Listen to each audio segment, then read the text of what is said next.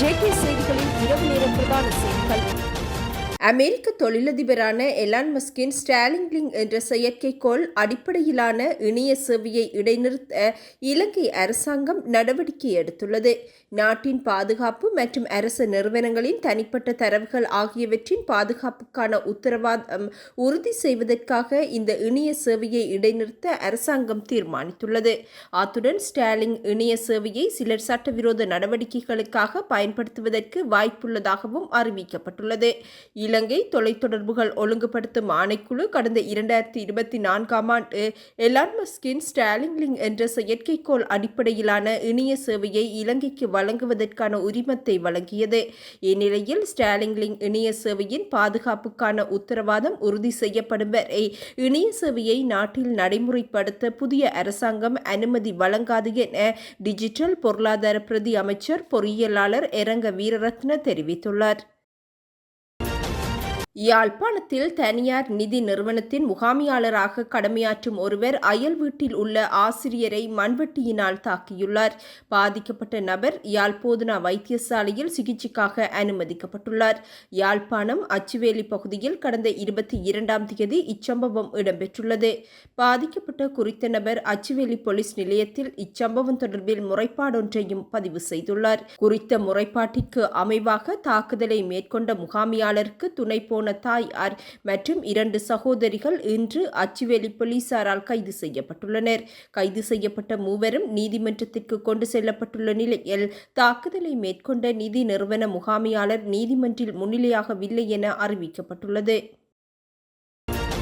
முதுகெலும்பு இருந்தால் தமிழ் அரசியல் கைதிகளின் விடுதலைக்கு பின்பு தேர்தலை தேசிய மக்கள் சக்தி முன்னெடுத்திருக்க வேண்டுமென மக்கள் போராட்ட முன்னணியின் நிறைவேற்றுக்குழு உறுப்பினர் ராஜ்குமார் ரஜீவ்காந்த் சுட்டிக்காட்டியுள்ளார். இவ்விடயம் தொடர்பில் இன்று ஊடகங்களுக்கு கருத்துரைக்கும் போதே அவர் இதனை குறிப்பிட்டார். எத்தனையோ வகையில் தற்போதைய அரசாங்கத்திற்கு அரசியல் கைதிகளின் விடுதலை குறித்து அறியப்படுத்தியுள்ளோம்.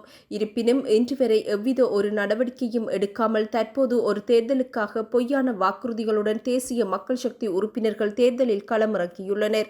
இந்நிலையில் அவர்களுக்கு முதுகெலும்பு இருந்தால் தமிழ் அரசியல் கைதிகளை விடுவித்துவிட்டு அவர்கள் தேர்தலில் களமிறங்க வேண்டுமென மக்கள் போராட்ட முன்னணியின் நிறைவேற்றுக்குழு உறுப்பினர் ராஜ்குமார் ரஜீவ்காந்த் தெரிவித்துள்ளார். போக்குவரத்து அபராதங்களை GOV-Pay மூலம் செலுத்துவதற்கான வசதியை ஏற்படுத்த நடவடிக்கை எடுக்கப்பட்டுள்ளதாக இலங்கை தகவல் தொடர்பாடல் தொழில்நுட்ப முகவர் நிறுவனம் தெரிவித்துள்ளது. வாகன சாரதிகளுக்கு நிவாரணம் அளிக்கும் வகையில் GOV-Pay மூலம் போக்குவரத்து அபராதங்களை மிக விரைவில் செலுத்த முடியும் என ICTA உறுப்பினர் ஹர்ஷ புரசிங்க தெரிவித்துள்ளார். இதன்படி குறித்த அடிப்படை பணிகள் நிறுவனத்தினால் முடிக்கப்பட்டுள்ளதாகவும் விரைவில் ஒப்பந்தம் கையெழுத்திடப்படும் எனவும் அவர் நம்பிக்கை வெளியிட்டுள்ளார். GOV-Pay என்பது வரிகள், அபராதங்கள், பயன்பாட்டு கட்டணங்கள் மற்றும் கல்வி கட்டணங்கள் போன்ற அரசு தொடர்பான சேவைகளுக்காக புதிதாக அறிமுகப்படுத்தப்பட்ட உத்தியோகபூர்வ நிகழ்நிலை கட்டண தளமாகும்.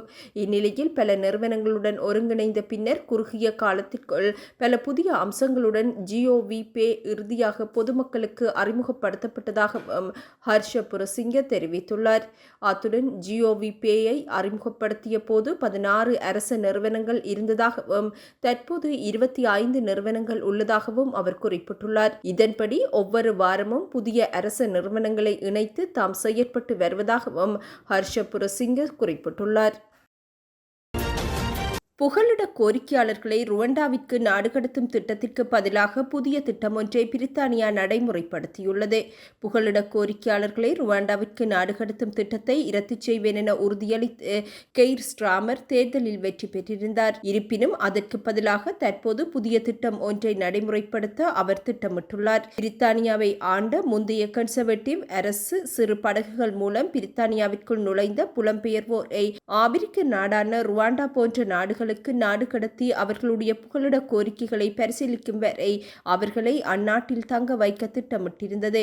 எனினும் தற்போது புதிய திட்டம் ஒன்றை நடைமுறைப்படுத்த கெய்ர் ஸ்ட்ராமர் திட்டமிட்டுள்ளார். இதன் அடிப்படையில் புகலிட கோரிக்கைகள் நிராகரிக்கப்பட்டு மேன்முறையீடுகளும் தோல்வியடையும் பட்சத்தில் அத்தகையோரை மேற்கத்திய பால்கன் நாடுகளுக்கு அனுப்ப ஸ்ட்ராமர் அரசு திட்டமிட்டுள்ளது. இந்நிலையில் இத்தகைய புகலிட கோரிக்கையாளர்கள் அல்பேனியா, செர்பியா மற்றும் போஸ்னியா போன்ற நாடுகளுக்கு அனுப்பி அனுப்பி வைக்கப்படுவர். பாதுகாப்பான நாடுகளில் இருந்து வந்தவர்கள் என கருதப்படுவோர் இந்நாடுகளில் இருந்து மீண்டும் தங்கள் நாடுகளுக்கு நாடு கடத்தப்படுவது இதன் திட்டம் என்ற அடிப்படையில் இத்திட்டம் நடைமுறைக்கு கொண்டுவரப்படும் என அறிவிக்கப்பட்டுள்ளது.